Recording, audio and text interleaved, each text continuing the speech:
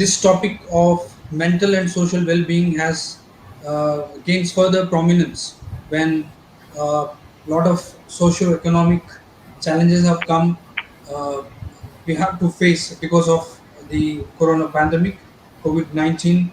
Now we have some speakers, eminent speakers from across the country. Join me in welcoming them. First, I would like to call upon Ms. Seema Handa, Managing Director with the Ekalavya School. Thank you very much, ma'am, for joining us. Yes. I would like to acknowledge APAC for organizing this webinar. And I think this is really an important a discussion for all schools, all parents, all students. In fact, for the wider world to be able to assess and understand what is the situation. This is, a very, very unique situation, once in a lifetime. I think once in a century kind of situation where our students and our teachers and the school management, for everybody, this is an unprecedented situation. The pandemic initially was thought to be a clinical disease, but today we are realizing that it is affecting our entire life.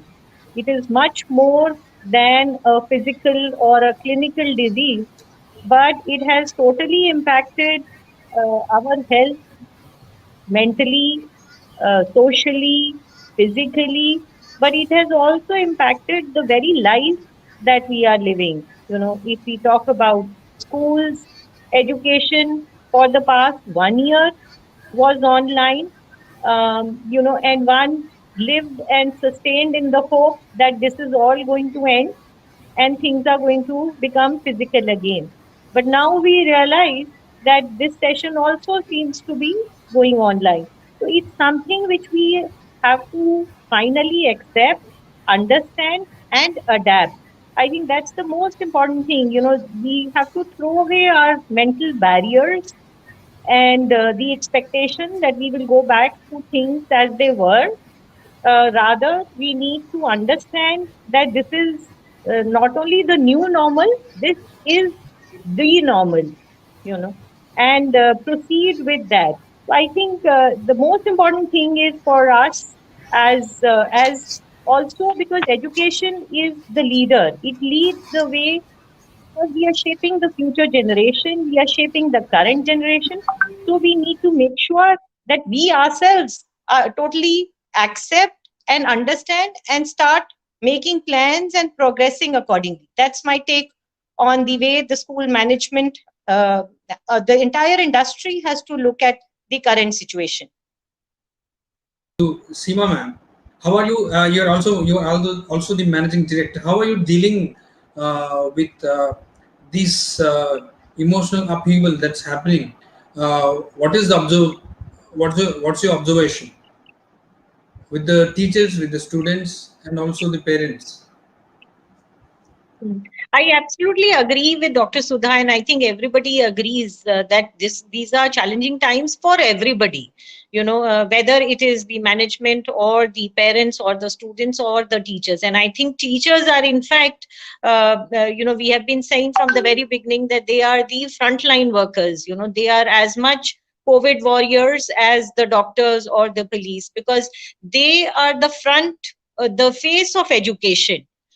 And for them it was a huge challenge to be thrown in at the deep end, to be told to cope suddenly, something which all of us are also finding challenging. For it took us 1 year to adjust and adapt. For the teachers, I think they barely had 1 day or 1 week to adapt and start implementing. So for them the learning curve was really very steep. And the what I would really like to applaud is how each and every teacher has risen to the challenge. Not once has any teacher, I don't think there is hardly any teacher who has come and said that I'm unable to cope, what shall I do. In fact, they have managed to cope no matter what the situation, what the challenge is. I think sometimes as principals or as management, even as parents, we do not always come to know or understand the challenges which the teachers are quietly overcoming and executing, ensuring that the children do not suffer. I think somebody mentioned that it's a calling. It's not an industry. It's not a profession. It's a calling. And this calling is what has come through in the past 1 year. Nobody did it for the money. Everybody was unsure whether the salary was coming or not coming, whether the parent is going to pay the fees or not pay the fees. But this certainly did not deter any teacher, whether pre-primary, where the child himself is not able to have the attention span to take a digital class, but the teachers were there. They were there for the students, and more than the academics, they were there for the students, for the very emotional and mental support that the children needed. Academics was, it can happen only once a child is well settled, is calm, is emotionally and mentally receptive to what the teacher is going to teach. But in this case, the teachers ensured that the children were comfortable, and for that I have known of instances where the teachers have been taking calls right through the night. Parents calling up and asking, my child, there was a bad network connection, my child missed the homework, I'm not clear, my child is feeling disturbed, is unable to understand, and teachers are taking calls. Sometimes the parents, I think, forget the fact that the teachers also have a family, that the teachers would also be cooking dinner and would also be looking after their own children. But the way it has all happened seamlessly, I think it's a huge appreciation which we must give, and a recognition which should happen for all the teachers who have been frontline.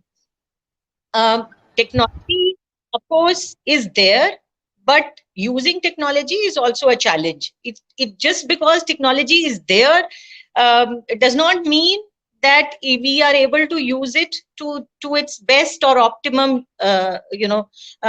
We cannot optimize it suddenly. There are a lot of challenges in terms of the hardware, a lot of challenges in terms of the software, a lot of challenges in terms of the user using the technology, which is the teachers.